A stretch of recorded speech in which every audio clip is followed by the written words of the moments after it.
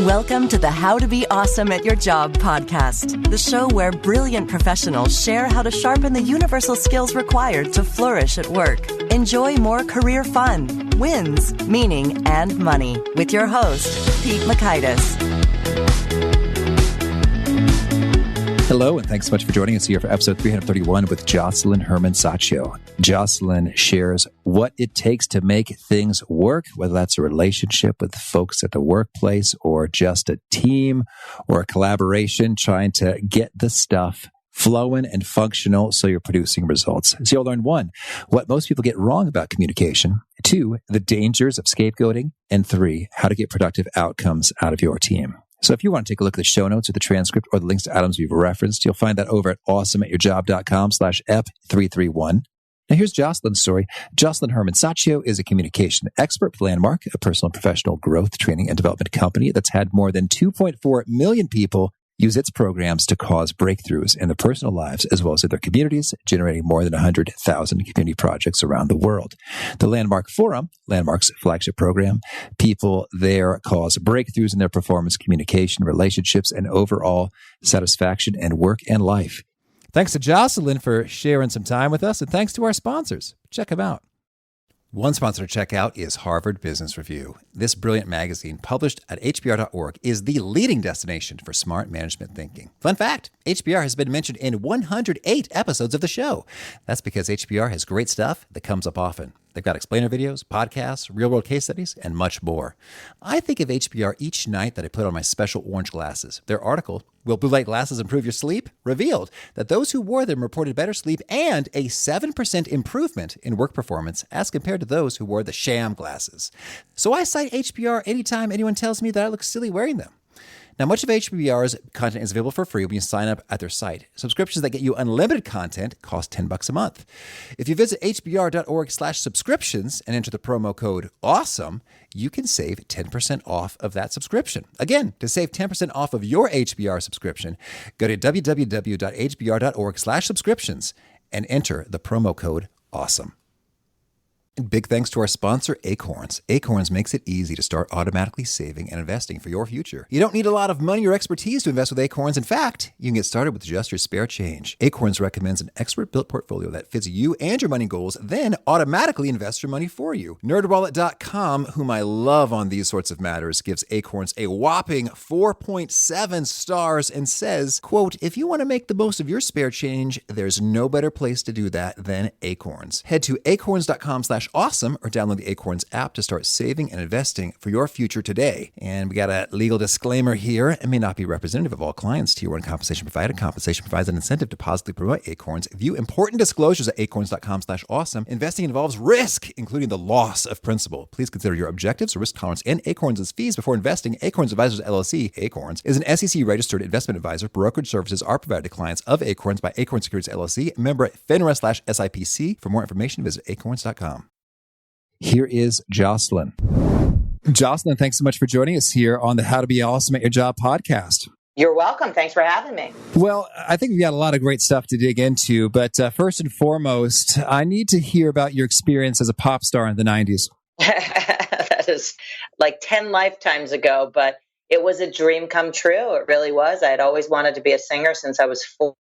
So to be able to accomplish it and travel around the world as a pop star was literally pinch me every day. Well, that's cool. So what were you saying? What was the story? What was I singing? Yeah. Yeah, I was in a group called Boy Crazy with a K, and we were kind of like the New Kids on the Block, but the female version, or a precursor to the Spice Girls. They were modeled after us, actually. And so we were singing pure pop. It was definitely bubblegum pop all the way down. But we had a #1 record in 1993, so that was definitely an accomplishment. And what was the name of the record and the hit track? And could you sing maybe one line for us? Of course. It was called That's What Love Can Do. And as soon as I start singing, people go, oh, I know that song. But it went, that's what love can do. I don't want to break your heart in two. Like that. So it's one of those songs that was the most played song on the radio of 1993. Oh, Congratulations. Well, that's what's so fun among many things about you is that you have a wide array of experiences. In your IMDb profile was illuminating as a producer, a manager, a casting director, a nonprofit founder, a wife and mother of 3, and some animals in there too. Well, how do you do it all? Yes. Well, I have it all. I don't do it all. There is a distinction because if you want to have it all, you got to have a great team of people around you. And you got to have people that are willing to support you in having that kind of life. And I do, both in my business, my nonprofit, my neighborhood endeavors, my family. Everybody works as a team and as a community. And we get it done as a unit, not as individuals. Excellent. Well, and so maybe you could start us off by giving it just a little bit of perspective for how have you gone about thinking about who you have chosen to bring into the circle and to partner with? Well, whoever I end up in work at my company or, to work with me in my nonprofit, they're always like-minded people who want to make a difference, people who want to fulfill on people's dreams. So it's pretty easy to have people operating as a team if what you're up to is big enough. If you're only up to something at an individual level, you don't really need a team. But like right now, I'm dealing with something with my family where my mother fell and broke her pelvis and she's 87. And so as a family, we've, gotten together and we're covering all the different shifts at the rehab and helping my dad, and from my 12-year-old son to my 22-year-old daughter and my 16-year-old son and my husband and my sister and her husband and her children. And we're all just as a family taking on whatever needs to get done. So there's never any holes. Oh, that's great. That's great. Well, you do a lot of work with Landmark. So could you orient those who are unfamiliar with the organization or the Landmark Forum in particular? What's it all about? Well, Landmark's a global organization that really works to support people and empower people and enable people in fulfilling on what matters to them. So we're like a coaching company. So people do our seminars or our programs, and we provide high performance coaching for people who want to have an extraordinary life, not just go through life, but actually accomplish their dreams and make a big difference in whatever area that turns them on and lights them up and inspires them. Mm-hmm. Yes. Well, I remember going to the Landmark Forum when I was in college, and it was pretty cool. It was a powerful experience for me. So I appreciate what you do and what you're up to. And I remember the forum leaders were kind of like, oh, at the time. So and here we are just chatting. That's right. Just human beings. I know it seems like, oh my God, do they go to the bathroom? Do they eat? I don't know. But yes, we do. And, we have real lives and we're real people. And, the difference is we've spent years mastering those distinctions that you get in the Landmark Forum or the rest of the curriculum for living. And those distinctions are designed to produce the kind of human being who can be with anyone at any time, under any circumstance, and have power, freedom, self-expression, and peace of mind. So that's not too bad. Yeah, I remember a couple of them, and hopefully others have just sort of taken root, and even if I can't conscientiously summon them. But I remember we did this one exercise, and it was intense. I remember we did this one exercise, and all we did was we stood very close, maybe like a foot away from another person, and just staring at them in the face and looking at their eyes. And it was powerful. It's like there's nothing to be like afraid of or intimidated about. We're just two human beings and in space nearby each other right now. But no one does that. So it was really noteworthy in terms of the effect it had. Yeah, that's the be with exercise. That's in the advanced course, which is, I think, one of the most profound opportunities to actually discover what it's like to just be with people without all the stories or the fear or the joy we add to being with people. And it's really, something that you can practice with all people, because we don't do it, as you said. So, go home with the person that you live with and just be with them without having to fill the space with talking. I mean, that might not work on the radio or in a podcast, but as you go to actually be with people, it's quite remarkable because you can see yourself in all people and distance between you and people and all that fear and all that story and all that kind of whatever stops us from being with people fully gets disappeared in that exercise, and people get a real experience of being someone beyond their individual thingness. Very cool. Well, so you've got a few areas of expertise, and I'd like to dig into a few. And so can you tell us, how can we be supermen or superwomen without experiencing a whole lot of stress all the time? Well, I mean, it really is, the context is decisive, because, and I don't know if you've ever heard that term before, but some people have, some people haven't. But if I hold my finger up and I say, okay, the context is body part, what's right there is what? A finger. Exactly. And if I say now the context is number, what's right there? 1. Is a 1. And if I say, right, what's the context is now direction, it might be up.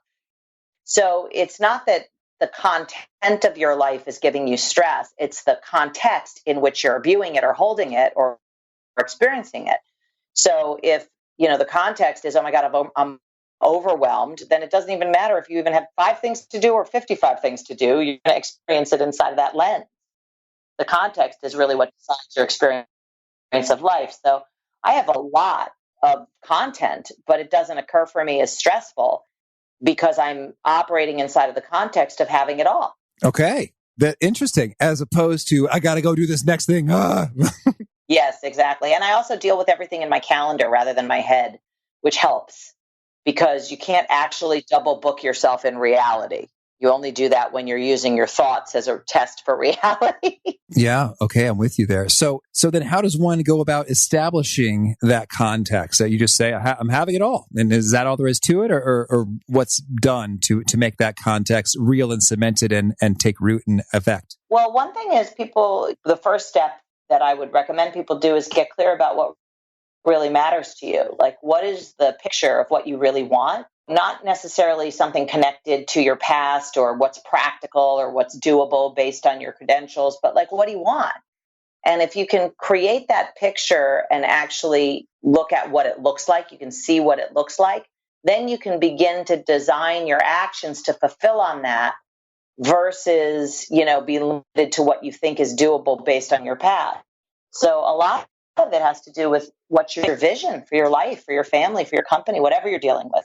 Like for you with what you're doing with this podcast, what's your vision for that rather than just going through interview because it's in your date book. It's like, okay, but what are you really creating with the messages that you're putting out there in the world for your listeners? Yeah, absolutely. And it's easy to, I find, to sort of slip in and out of that a bit in terms of I am transforming the experience of work and unleashing energy and happiness for professionals everywhere versus I got to get this thing out before the, the published date. Yeah. And if you aren't in the context that you say you're up to for other people, then it's inauthentic. So if you're transforming the experience of work and this is your work, that would be kind of like do as I say, not as I do, right? Mm-hmm. So keeping that real for yourself, I know in my office, I make sure that the environment is one of team and support and integrity and fun. So if it's not that way in my office, I have everything to say about whether I can,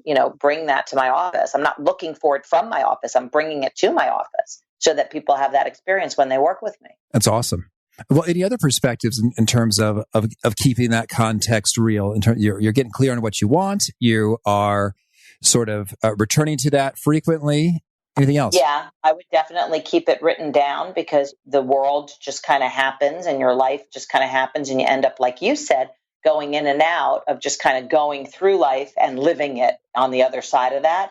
And it's easy to fall into that default going through life, getting through this to the next thing, to the next thing.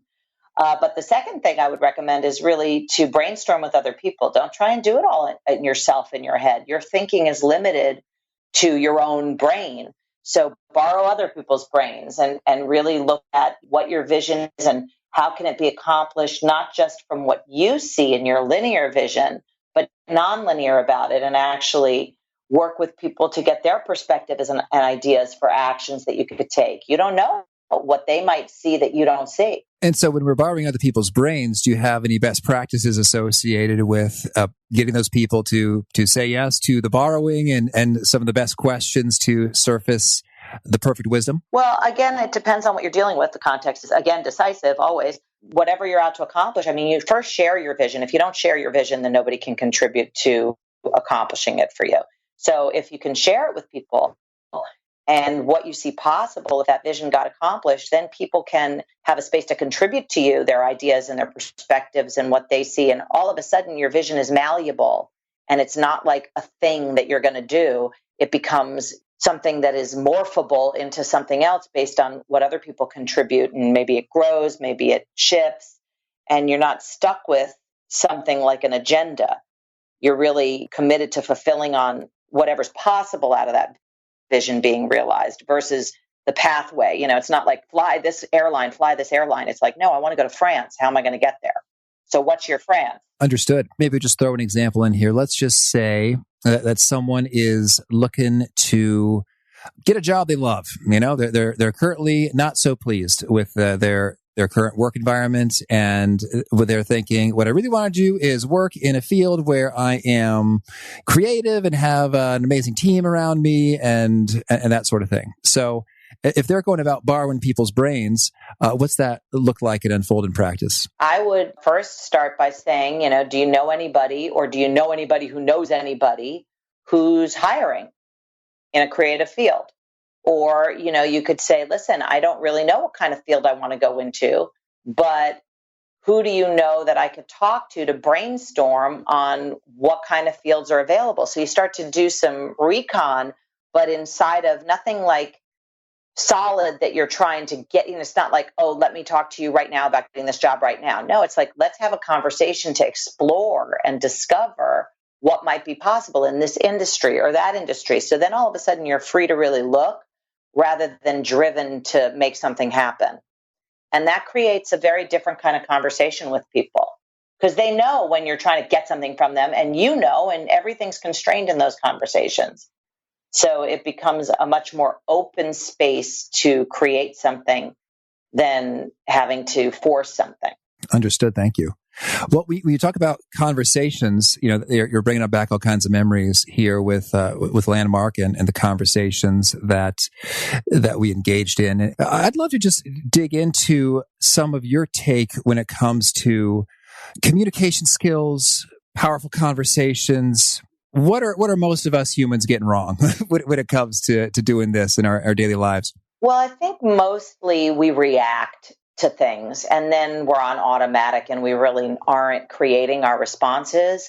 We're reacting either from some imaginary threat or maybe a real threat, but most of the threats are imaginary, or we're trying to prove something or produce a result and look good. So that gives us a quality of life that is very distinct from the kind of quality of life when you're actually out here living life and dancing with whatever's happening and just kind of free to be and free to act on whatever matters to you. When people get triggered, I'll just give an example from my actual life, so it's not conceptual. Recently I noticed that in my office, I was like not looking forward to going to my office. And that's very odd for me because I love what I do. And it was like I realized it was that the person who was working for me wasn't doing what I expected them to do in the job.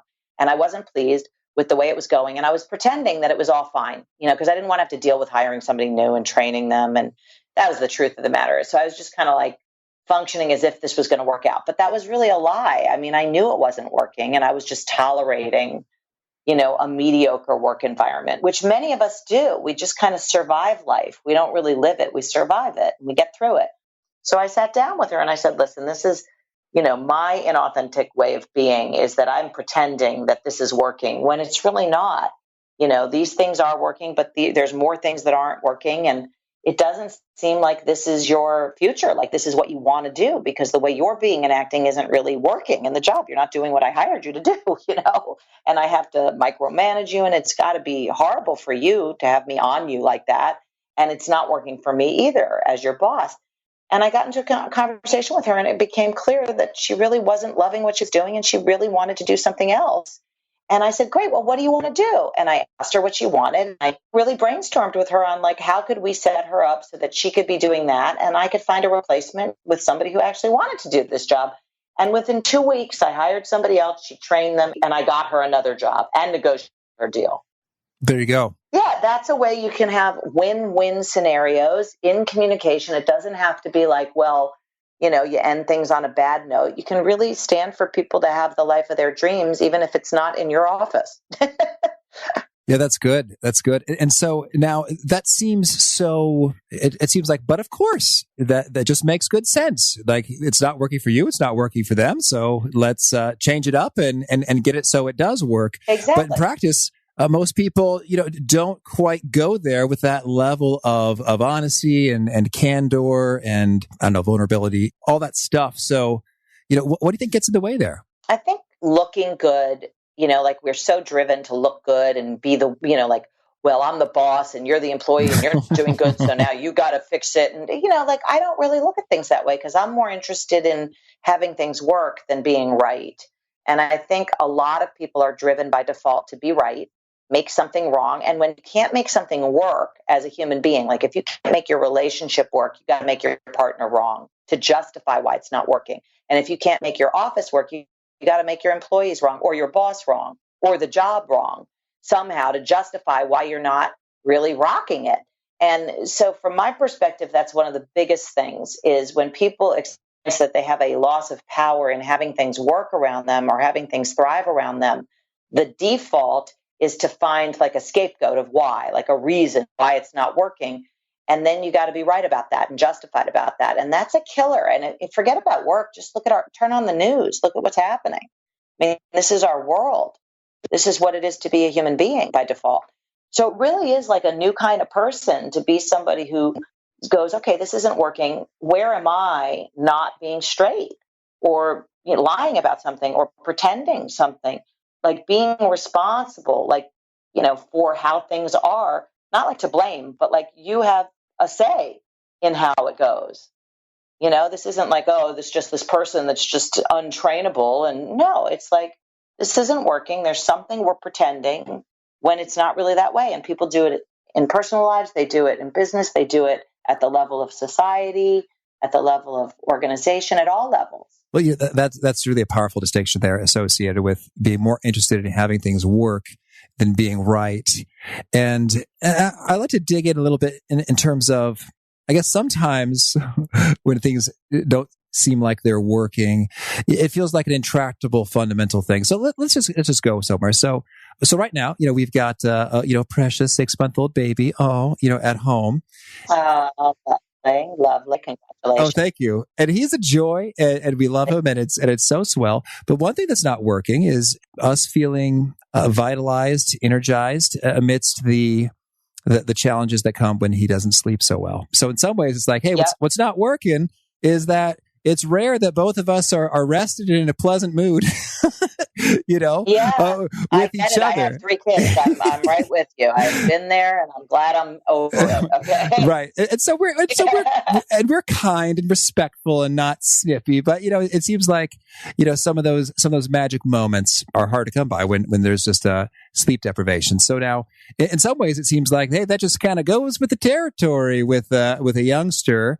But in another way, it seems like it's not working. So I guess not to overly complicate things, but it seems like at times there are trade-offs or sacrifices or kind of fundamental realities that can result in non-workingness. But I have a feeling you might challenge me here and open up something bigger. I'm not going to challenge you. I would look at it as supporting you because one fundamental thing that we deal with at Landmark is, and this is not just a Landmark thing, it's a life thing, is without integrity, nothing works. And it doesn't matter how great you are, how much you love each other, without integrity, and I don't mean morality, I mean without all the spokes in your wheel, things don't work. You can't win the Tour de France if you don't have the spokes in your wheel. Now, if you have the spokes in your wheel, it doesn't mean you're going to win the Tour de France, but it's required to have an environment that allows for workability and high performance. Sleep is one of those spokes. And when you don't sleep efficiently, whatever that is for you, and everybody has a different number, it does impact your performance in life. And your ability to be extraordinary is impacted if you're not eating or you're not sleeping or whatever those kind of fundamental spokes in your wheel of well-being. Without integrity, you don't have workability, and high performance is out of sight. You can't even see it from there. So from the perspective of being a new parent, one of the things you'd have to look at is what does it look like for integrity to be present in your well-being, how many hours for each of you? And it may be different. You got to discover that for yourself, because there is no recipe. Like, my husband needs 6, I need 7 for that to be like, well. So we look at, how do you do that when you have a young child that is waking up, and validly so. So, there are a lot of actions you could take to accomplish that. You could swap nights, so that one night one person gets, less sleep than the other, and the other night, so that you always have a rested person. Mm-hmm. You could also make requests of other people, like, will you take the baby for this night, grandmother or grandfather? I don't know what your situation is, or a friend, where you leave and that person comes in, go swap apartments, go to that other person's house while they take care of the baby for that one night, because one night a week, you restoring that kind of well-being makes a difference for you. It could be a function of naps. It could be, normally you would like to go to sleep at midnight because that's what you like, but it really doesn't work. You might have to start going to bed when the baby goes to bed so that you can get those hours in, those 2 to 3 hour stunts. Another thing is sleep training, which most people, they have a very specific view on that. But, my view changed depending on my child. My last child, I was finally like, cry your head off, I don't care. And he did. He slept great. He would go to sleep at 8 and he'd wake up at 7. I was like, oh my God, I have so much time. But that was not like that with my first child. I was up making sure she was breathing with a mirror half the night, because your brain goes crazy, and, you're like, oh my God, she's crying. She made a noise. Let me go. There's all sorts of actions you could take, but I would look at it from a perspective of integrity. And it's not, then you don't have to kind of suffer. You can get what's going to work. It's not, like, oh my God, I shouldn't be upset about this. No. You actually need a certain amount of hours, whatever that is. If you don't get it all at once and you get 3 at a time, then swap, then you got to do that so that you get whatever that 6 is. So the themes here, when you say integrity is just sort of workability in your definition here. So it's like we've got the stuff in play that just needs to be there in terms of the basic ingredients. From our perspective, integrity is being whole and complete. And in this case, it has to do with your well-being. In a bicycle wheel analogy, it's all the spokes being there. So if you're not eating all day, your well-being's not whole and complete. Okay, understood. And so then in this specific instance, once we, got clear on what it takes to be whole and complete, we explored options, and some of the breakthrough possibilities are, I guess, considering new angles that, extend beyond maybe constraints we just took for granted. Yeah. And like, I know I can hear everything. I mean, I used to be able to sleep through an elephant stampede through my room when I was younger. But when I had kids, all of a sudden I hear them breathing literally from like 100 feet away. I can hear everything. So I had to use earplugs on the nights I would be sleeping, because I wouldn't be able to sleep if I heard them. And even though my husband was happy to take the night, it wasn't working, so I had to get the earplugs so that I could actually sleep during the time when I had somebody available for me to sleep. Okay. Well, that's good. Thank you. Well, we went deep on that. Much appreciated. So my pleasure. I mean, listen, without sufficient sleep, you can become like a crazy person. I mean, like, literally, it is required for you to have well-being. You must get sufficient sleep. And if you get less than sufficient sleep for a couple nights in a row, it catches up with you. Yeah, right. I feel you there.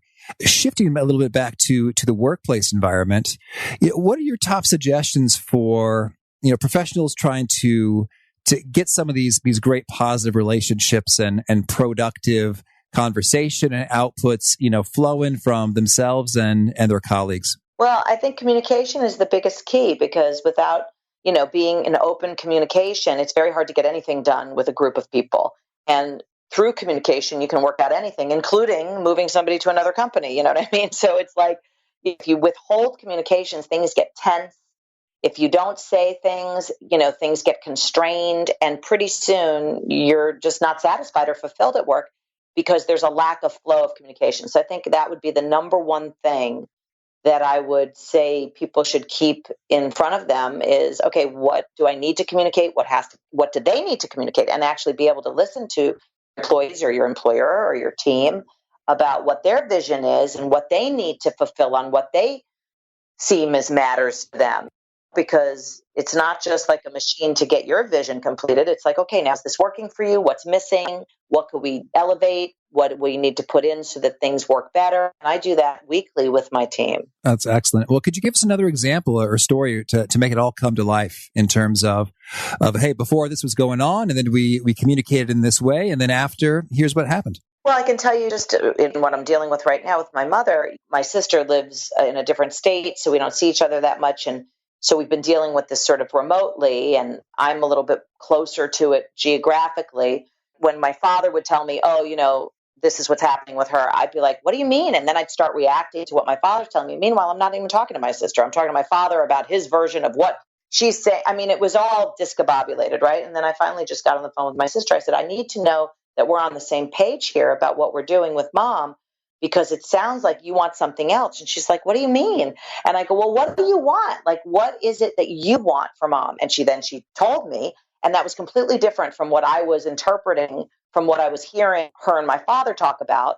And so then I said, okay, well, here's what I want. And then we said, okay, well, let's look at how we can accomplish this. And it became very, very similar what we wanted, but we were in a story that we wanted different things. She thought I wanted to take her out of this rehab center immediately.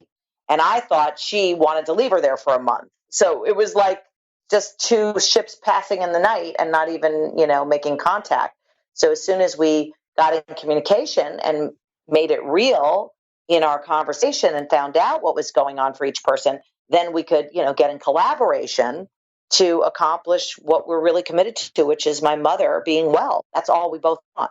Right. And so the hang up there is, rather than just going there in conversation, what do you want? What do I want? Is just sort of like assumptions and stories that we're inventing about other people. Yeah. And most of our assumptions don't show up for us as assumptions. They show up for us as the truth.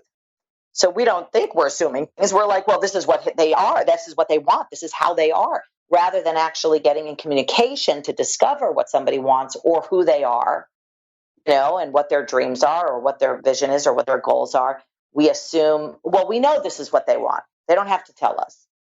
So we know a lot, but knowing doesn't translate to being. And the work of Landmark is all about accessing being. Oh, cool. Thank you. Well, Josselyne, tell me, anything else you want to make sure to mention before we shift gears and talk about some of your favorite things? Make sure you schedule a date night. Noted. Thank you. Yes. Okay. Well, now could you share with us a favorite quote, something you find inspiring? Gandhi is, that's one of my favorite quotes, is be the change you wish to see. But Willy Wonka is my other favorite, which is we are a dreamer of dreams. That is one of my favorite quotes. I love that movie. Thank you. And how about a favorite study or experiment or a bit of research? There's a book called Black Box Thinking, which is very powerful, which has people look at failures and look at what was missing rather than living in a story that they're a failure, and able to then impact their performance and elevate their performance in an area. I think that's a very powerful way of looking at life. And how about a favorite habit? Taking a hot shower at the end of the day to complete the day and just kind of shut down. And so do you mean at the end of the day, like right before bed, or at the end of the workday? Yeah, right before bed. All right. Thank you. And it actually physiologically shuts your body down and has it ready for sleep. And is there a particular nugget you share that really seems to connect and resonate with people, and they quote it back to you? Yes. Yeah. Well, being unmessable with is sort of my little phrase that I've coined and started a campaign around, trying to get that in the dictionary. But that's, people know me for being unmessable with and being a Barry Manilow fan. I know. I admit it. I'm not ashamed. Okay. Got it. And Josselyne, if folks want to learn more or get in touch, where would you point them? Landmarkworldwide.com is the website for Landmark, and there's tons of videos and articles, and I'm in many of them, or the interview is conducted with them, but all of their forum leaders, and really powerful tools for people who are committed to living an extraordinary life. And do you have a final challenge or call to action for folks seeking to be awesome at their jobs? Well, I would say don't wait till someday. There's no such thing. This is it. This is your life. And if you're not fulfilled and satisfied, take on living life now, because it's not going to happen any other time. This is it. All right. Well, Josselyne, thanks so much for this. This was a fun little blast to the past for me, and remembering some Landmark goodness. And I wish you and Landmark all the best in what you're up to. Thank you so much, Pete, and to you too. And again, treasure that family, but make sure you get a date night. Got it. Okay. Okay. All right. Thanks so much for the opportunity. I loved Josselyne's take about being more interested in having things work than being right. It's funny, if you really look at yourself in the mirror and consider that question, am I more interested in having things work or being right? I think the first instinct is, well, I am right. And if we do what I want, which is right, then things will work. They're one and the same. But really, I think it's great to get a sense for, how much of this is ego or pride at stake.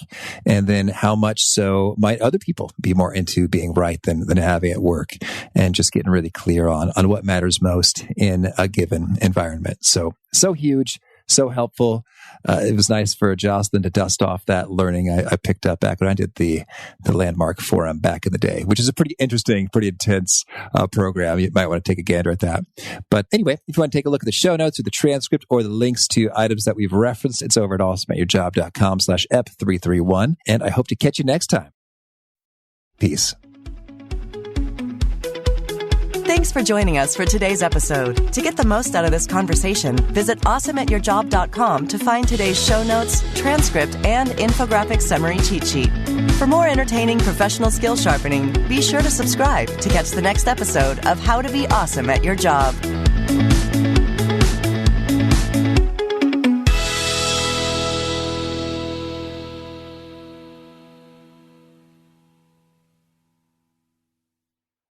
Tidy Cats knows that home is where your cat is. So they've designed the Tidy Care Alert Health Monitoring Cat Litter with your furriest feline in mind. Here's the inside scoop. Litter plays an important role in your cat's health, happiness, and well-being. Tidy Care Alert uses pH technology and color-changing crystals that are gentle on the paws to monitor your cat's health and alert you of any potential concerns. It's the perfect tool to help you ensure your cat gets the care it needs. Put your mind at ease and let Tidy Care Alert help you keep an eye on your cat's health.